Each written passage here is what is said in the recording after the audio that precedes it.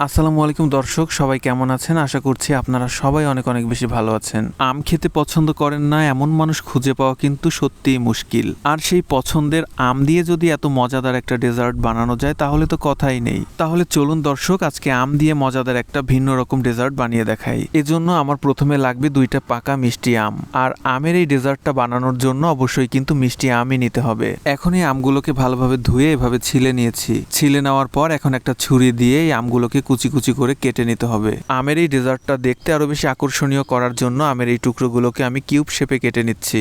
আমটা পেকে অনেক বেশি নরম হয়ে গেছে, এই জন্য কাটতে আমার একটু সমস্যা হচ্ছিল। ভিডিও দেখে বুঝতেই পারছেন আমি এই শেপগুলোকে কিভাবে কেটে নিচ্ছি। আপনারা চাইলে খোসা সহ এই আমটাকে কেটে পাল্পগুলোকে আলাদা করে নিতে পারেন। আমার কাছে মনে হয় পাকা আম কাটার ক্ষেত্রে ওই টেকনিকটাই সবচাইতে বেশি ইজি। এখানে আমি একটা আম এভাবে কিউব করে কেটে নিয়েছি আর বাকি আমটাকে হাতের সাহায্যে ম্যাশ করে নিয়েছি। আপনারা চাইলে এটা ব্লেন্ডারেও করে নিতে পারেন, তবে এর মধ্যে কিন্তু পানি ব্যবহার করা যাবে না। এখন একটা কড়াইতে নিয়ে নেব 250 ml এর মতো গরুর দুধ। আপনারা যদি এই ডেজার্টটা আরো বেশি পরিমাণে বানিয়ে নিতে চান সেই ক্ষেত্রে কিন্তু এখানে দুধের পরিমাণ আরো বাড়িয়ে নিতে হবে।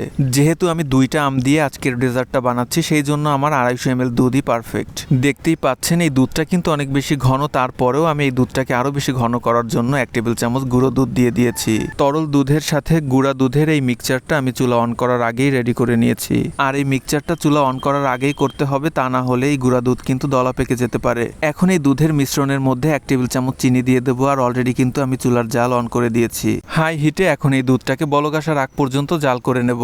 খুব বেশি জাল করে ঘন করার দরকার নেই, প্রথমবার বলক চলে আসলেই দুধটাকে নামিয়ে নেব। জাল করা দুধ চুলা থেকে নামানোর পর চুলায় আরো একটা কড়াই বসিয়ে দিয়েছি। এখন এর মধ্যে দিয়ে দেবো পানি। এখন এই পানিতে আমাদের কিছু সাবুদানা সিদ্ধ করে নিতে হবে। পার্সোনালি এই সাবুদানা খেতে আমার খুব একটা ভালো লাগে না, তাই অল্প পরিমাণে সাবুদানা দিচ্ছি। তবে সাবুদানার পরিমাণ আপনারা একটু বাড়িয়ে দিবেন। আমার কাছে ভালো না লাগলেও এই সাবুদানার মধ্যে কিন্তু অনেক পুষ্টিগুণ রয়েছে। সাবুদানা হয়তো কোনো গাছের এক প্রকারের ফল, এই ভুল ধারণাটা কম বেশি আমাদের অনেকের মধ্যেই আছে। কিন্তু আপনারা জানলে অবাক হবেন, এই সাবুদানা কিন্তু কোনো গাছের ফল নয়। এটা মূলত পাম জাতীয় এক ধরনের গাছের শেকড়, যার নাম ট্যাপিওকা। আর এই ট্যাপিওকা থেকে এক ধরনের সাদা দুধের মতো রস বের করা হয়। এরপর এই রসটাকে শুকিয়ে ময়দার মতো পাউডার করা হয়। এরপর মেশিনের সাহায্যে প্রসেসিং করে এই পাউডারগুলোকে দানায় পরিণত করা হয়। যাই হোক, এই সাবুদানাগুলোকে আমরা ফুটিয়ে নিয়েছি। আর এই সাবুদানাগুলোকে ততক্ষণ পর্যন্ত ফোটাতে হবে যতক্ষণ না পর্যন্ত এগুলো ট্রান্সপারেন্ট হয়ে যায়। সাদা ভাবটা কেটে একেবারে স্বচ্ছ হয়ে গেলেই বুঝতে হবে সাবুদানা পারফেক্ট ভাবে সিদ্ধ হয়েছে।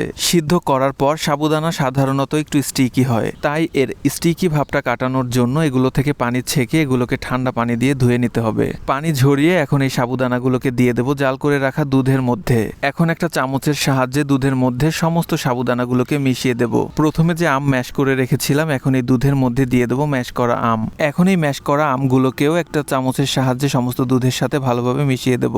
দুধের সাথে আম মেশানোর সময় মনে মনে ভাবছিলাম, আম দুধ মিশে গেল, আটি ছিটকে বাগানে গেল। বহুল প্রচলিত এই কথাটা কিন্তু আসলেই সত্যি। যাই হোক, এখন এই আম দুধের মিশ্রণের মধ্যে দিয়ে দেবো কিউব করে কাটা আমের টুকরোগুলো। এখন এই মিশ্রণের মধ্যে আমের এই কিউবগুলোকেও ভালোভাবে মিশিয়ে দেব। আপনারা চাইলে এর মধ্যে চিয়া সিড অথবা তোকমা দানা ভিজিয়ে রেখে ব্যবহার করতে পারেন। রমজান মাস ছাড়া যেহেতু এগুলো বাসায় তেমন অ্যাভেলেবেল পাওয়া যায় না, তাই এগুলোর পরিবর্তে আমি কিছু চেরি ফল কুচি কুচি করে এর মধ্যে ব্যবহার করছি। So now this dessert is completely ready to serve. এই ডেজার্টটার কনসিস্টেন্সি দেখে বুঝতেই পারছেন এটা কিন্তু খুব বেশি ঘনও হবে না, আবার খুব বেশি পাতলাও হবে না। আজকের এই ডেজার্টটাকে কিন্তু on kind of mango falooda বলা যেতে পারে। যাই হোক, এখন এগুলোকে গ্লাসে ঢেলে নেওয়ার পর আধা ঘন্টার জন্য রেখে দেবো নর্মাল ফ্রিজে। এই ডেজার্টটা কিন্তু ঠান্ডা ঠান্ডা খেতেই বেশি ভালো লাগে, তাই এটার অরিজিনাল টেস্ট পাওয়ার জন্য এটাকে কিন্তু অবশ্যই ঠান্ডা করেই খেতে হবে। আমের এই ভরপুর মৌসুমে একবার হলেও এই আমের ডেজার্টটা ট্রাই করে দেখবেন। এটা বানানো কিন্তু খুব বেশি কঠিন না, কিন্তু এটার টেস্ট বলে বোঝানো যাবে না। ভিডিওটি ভালো লেগে থাকলে একটু কষ্ট করে লাইক কমেন্ট শেয়ার করে দিয়েন। সবাই অনেক বেশি ভালো থাকবেন। আল্লাহ হাফেজ।